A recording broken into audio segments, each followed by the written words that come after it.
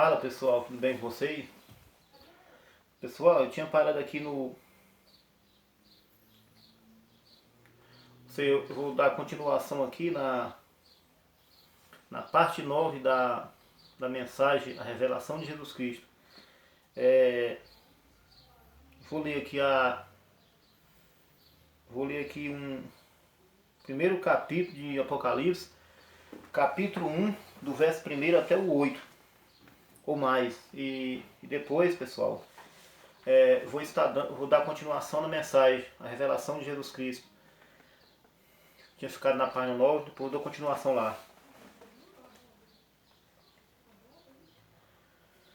Título e assunto do livro: Revelação de Jesus Cristo, a qual Deus lhe deu para mostrar aos seus servos as coisas que brevemente devem acontecer. E pelo seu anjo as enviou e as notificou a João, seu servo, o qual testificou da palavra de Deus e do testemunho de Jesus Cristo e de tudo o que tem visto. Bem-aventurado aquele que lê e os que ouvem as palavras desta profecia e guardam as coisas que nela estão escritas, porque o tempo está próximo. Dedicação às 7 igrejas da Ásia. João, às 7 igrejas que estão na Ásia. Graça e paz seja convosco da parte daquele que é e que há de vir, e da dos 7 espíritos que estão diante do seu trono, e da parte de Jesus Cristo, que é a fiel testemunha, o primogênito dos mortos e o príncipe dos reis da terra, aquele que nos ama e em seu sangue nos lavou dos nossos pecados e nos fez reis e sacerdotes para Deus e seu Pai. A ele glória e poder para todos sempre. Amém. Eis que vem com as nuvens e todo olho o verá, até os mesmos que o ultrapassaram, e todas as tribos da terra se lamentarão sobre ele. Sim, amém. Eu sou o Alfa e o Ômega, o princípio e o fim, diz o Senhor, que é, e que era, e que há de vir, o Todo-Poderoso. Amém. Graças a Deus.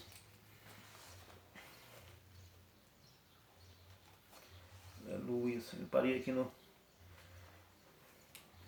versículo 8 do primeiro capítulo de Apocalipse. No próximo vídeo estarei dando continuação dessa leitura da Bíblia.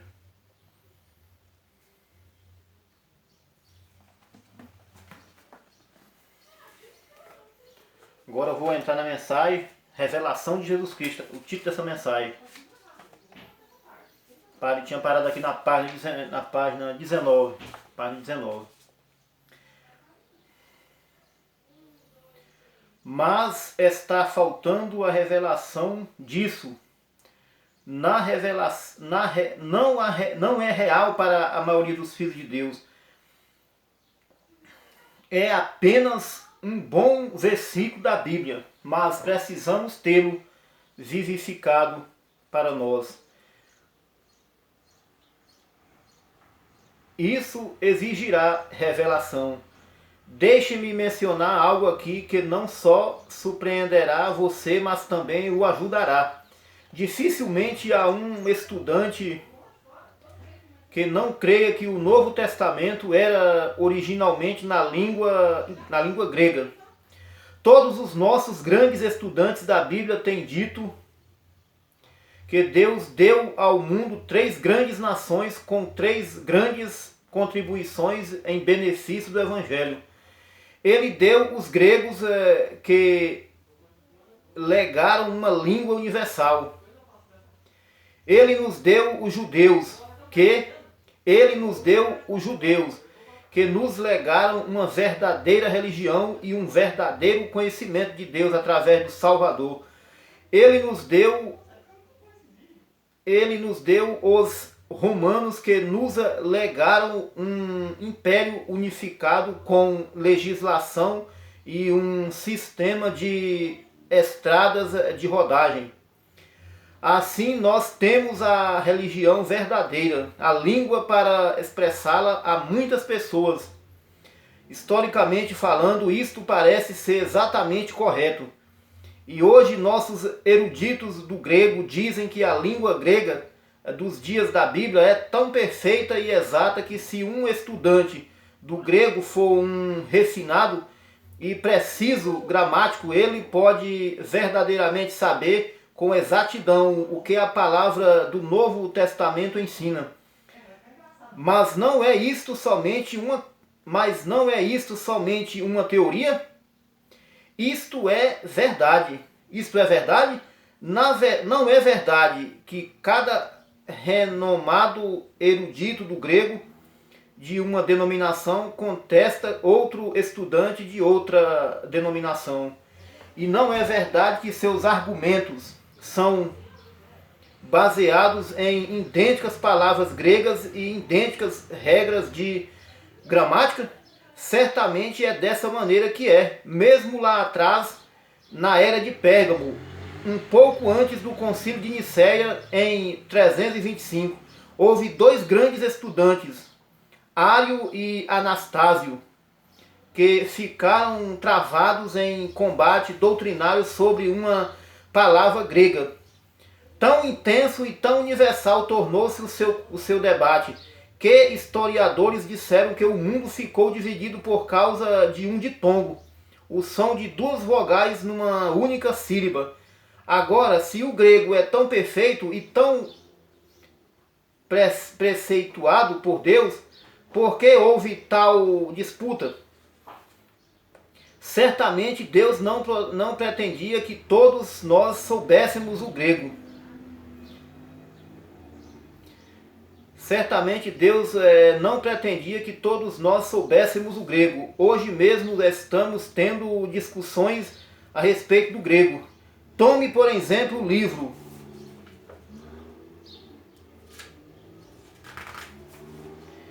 Tome, por exemplo, o livro A Igreja Paralisada de Cristo Radiografada, pelo Dr. M.C. Crossan. Nele ele apresenta numerosas citações de muitos renomados gramáticos do grego e prova para sua própria satisfação que as inalteráveis regras de gramática grega mostram conclusivamente que a Bíblia ensina que um homem é batizado com o Espírito Santo subsequentemente ao renascimento. Ele também afirma categoricamente que mulheres podem assumir o púlpito porque a palavra profetizar significa pregar. Mas ele convenceu outros estudantes do grego que são tão aptos quanto ele? Jamais. Tudo o que você tem a fazer é ler aqueles estudantes que defendeu o ponto de vista oposto e ouvir suas eruditas citações.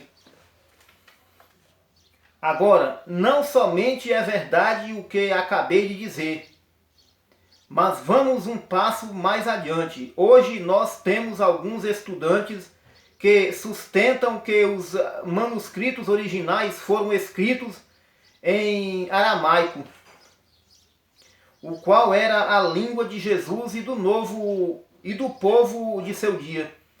É sustentado por eles que as pessoas não falavam e escreviam em grego como é tão comumente suposto. E o fato é que nossos historiadores estão divididos sobre isso. Por exemplo, o Dr. Scofield, um estudioso muitíssimo brilhante, provou a partir de pesquisa para sua satisfação que o Novo Testamento foi escrito no vernáculo das pessoas de fala grega daquele dia. Ele levanta uma bela conjuntura para suas opiniões, baseado nos vários documentos à sua disposição. Mas, por outro lado, nós temos outro renomado estudioso, o Dr.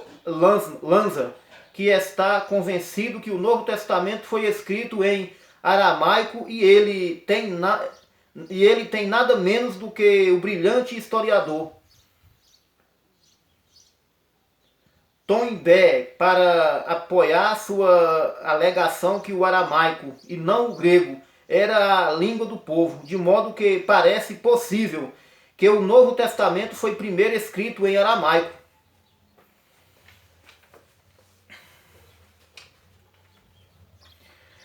Entretanto, antes de ficarmos preocupados demais com isto, vamos ler tanto a versão Rei Tiago como a tradução pelo Dr. Lanza, para nossa satisfação encontrarmos as palavras em ambas surpreendentemente as mesmas, de forma que não há realmente nenhuma diferença em conteúdo ou doutrina. Nós podemos até mesmo concluir que Deus tem permitido estes manuscritos recentemente descobertos e novas publicações de documentos originais já conhecidos chegarem diante de nós, para provar a autenticidade do que já tínhamos. E descobrimos que, embora os tradutores possam disputar um com o outro, os documentos originais não o fazem. Agora, você pode ver que não se pode basear a interpretação no profundo conhecimento dos estudiosos sobre a língua em que a Bíblia está escrita. Mas se você ainda não pode ver isso porque está velado em sua mente pela tradição, aqui está uma última ilustração. Ninguém pode duvidar que os escribas e fariseus e os grandes eruditos do ano 33 DC, depois de Cristo, conheciam as exatas leis de gramática e os significados exatos das palavras nas quais o Velho Testamento fora escrito. Mas apesar de todo o seu elevado conhecimento, eles falharam em ver a revelação da prometida palavra de Deus manifestada no Filho. Lá estava ele descrito desde Gênesis até Malaquias, com capítulos inteiros devotados a ele e seu ministério. E no entanto, com exceção de alguns que foram iluminados pelo Espírito, eles falharam inteiramente em vê-lo.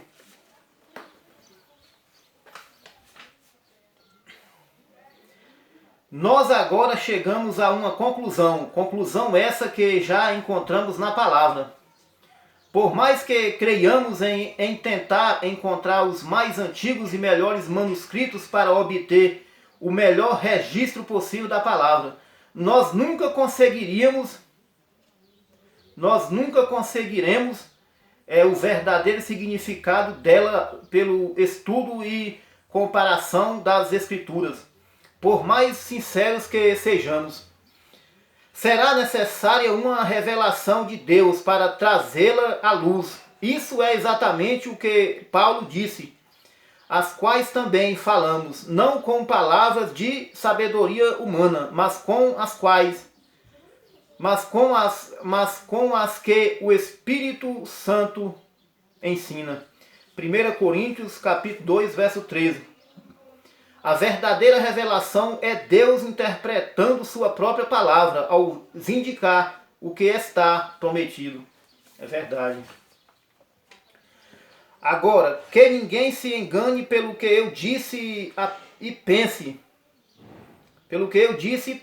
Que eu não creio na exatidão da palavra como nós a temos hoje. Eu creio que esta Bíblia é exata. Jesus autenticou completamente o Velho Testamento quando andou aqui na terra, e ele foi compilado. Exatamente como foi nosso Novo Testamento. Não se engane acerca disso. Nós temos a infalível palavra de Deus hoje e nenhum homem se atreva a tirar dela ou adicionar a ela. Mas nós precisamos do mesmo Espírito que a deu para ensiná-la a nós. Como necessitamos de revelação pelo Espírito. Não precisamos de uma nova Bíblia, não precisamos de uma nova tradução, embora algumas sejam muito boas. E eu não sou contra elas, mas precisamos da revelação do Espírito. E graças a Deus que podemos ter o que precisamos, pois Deus quer revelar sua palavra a nós pelo seu Espírito. Amém. Que Deus possa, pelo seu Espírito, começar a nos dar contínua revelação vivificante e prevalecente. Ou, se a igreja somente pudesse obter uma revelação fresca e tornasse por ela a viva palavra manifesta, nós faríamos obras maiores e glorificaríamos Deus, nosso Pai, no céu. Aleluia. Libertos do pecado. Apocalipse 1:5. Aquele que nos ama e em seu sangue nos lavou dos nossos pecados. A palavra lavou, na realidade, é libertou. E em seu sangue nos libertou dos nossos pecados. Isso não é maravilhoso? Mas você tem mentalidade espiritual? Você compreendeu isto? Foi seu próprio sangue. Foi seu próprio sangue que nos libertou completamente de nossos pecados. Não foi sangue humano, foi o sangue de Deus. Pedro o chamou de sangue de Cristo. Paulo o chamou de sangue do Senhor. E sangue de Jesus. Não 3 pessoas, mas uma pessoa. Aí está essa revelação novamente. Um Deus.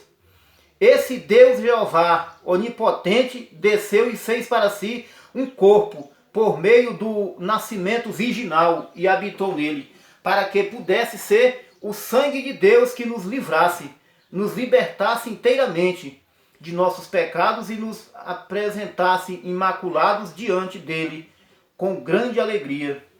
Amém, Senhor. Amém. Quer um tipo do Velho Testamento? Quer um tipo do Velho Testamento? Vamos voltar ao Jardim do Éden. Quando chegaram as primeiras notícias na glória de que o filho, Adão, tinha se perdido, enviou Deus um anjo? Enviou ele um filho? Enviou ele um outro semelhante a nós? Não, ele próprio veio para redimir aquele filho perdido. Aleluia! Deus não confiou seu plano de salvação a outro. Ele confiou unicamente a si mesmo. Deus se fez carne e habitou entre nós. E nos redimiu para si mesmo. Somos salvos pelo sangue de Deus. O Deus eterno habitou em um corpo mortal a fim de tirar o pecado. Ele tornou-se o cordeiro a fim de derramar seu sangue e entrar dentro do véu com ele. Considere isto, uma vez que é o sangue de Deus, é sangue perfeito. E se o sangue perfeito está nos libertando do poder e servidão e corrupção do pecado, então a libertação é perfeita e completa. Portanto, agora nenhuma condenação há. Quem intentará acusação contra os escolhidos de Deus? É Deus quem os justifica, nos declara justos. Quem os condenará? Pois é Cristo quem morreu. Romanos 8, 33, 34. Aí está, sua morte nos deu o sangue. O sangue tem nos libertado, agora nenhuma condenação há. Como pode haver? Não há nada a ser condenado, porque o sangue nos libertou do pecado. Nós estamos livres, inocentes. Não ouça ao homem, ouça a palavra. Você está liberto pelo sangue. Amém. Graças a Deus. Agora, não fique novamente atado pelas tradições e credos e organizações. Não vá se desencaminhar por ouvir aqueles que negam o poder da palavra e negam que Jesus salva, cura, enche do Espírito Santo e de poder. Vocês são homens de Deus livres, libertos pelo seu próprio sangue. Se você ainda mantém sua fé em credos e denominações, É certo, pela evidência que você perdeu sua fé na palavra. E aí, pessoal, isso é coisa séria. Creia na palavra.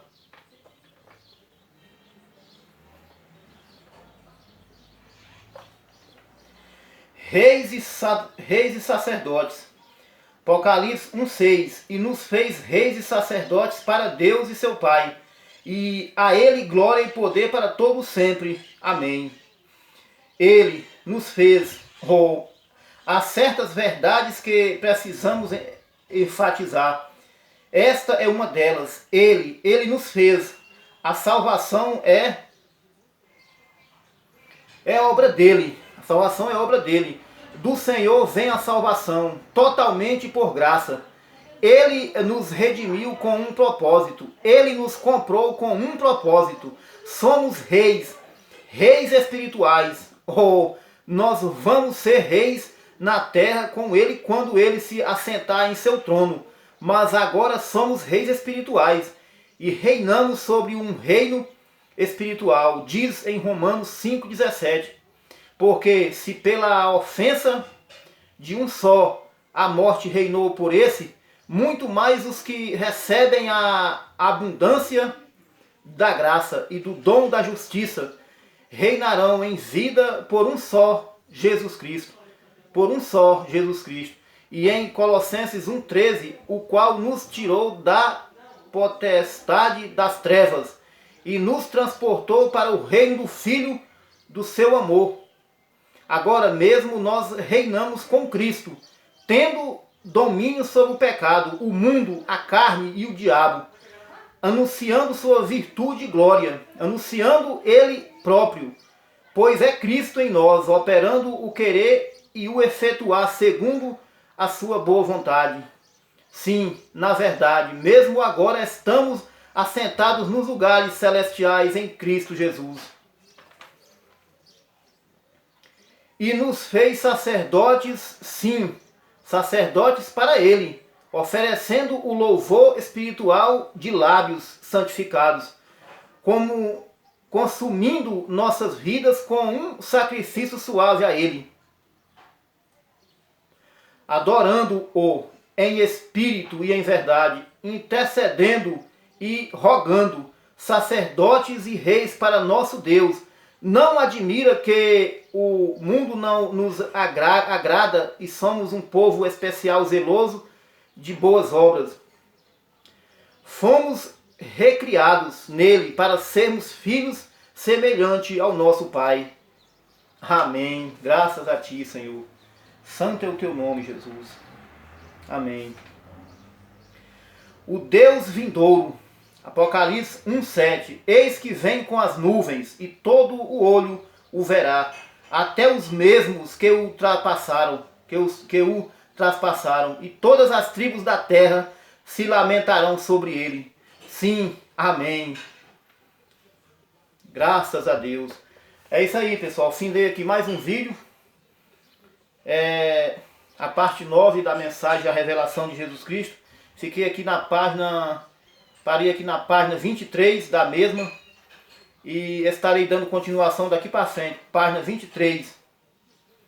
Subtítulo é O Deus Vindouro. Então é isso aí, pessoal. Fiquem com Deus. Deus os abençoe. Até o próximo vídeo. Até mais.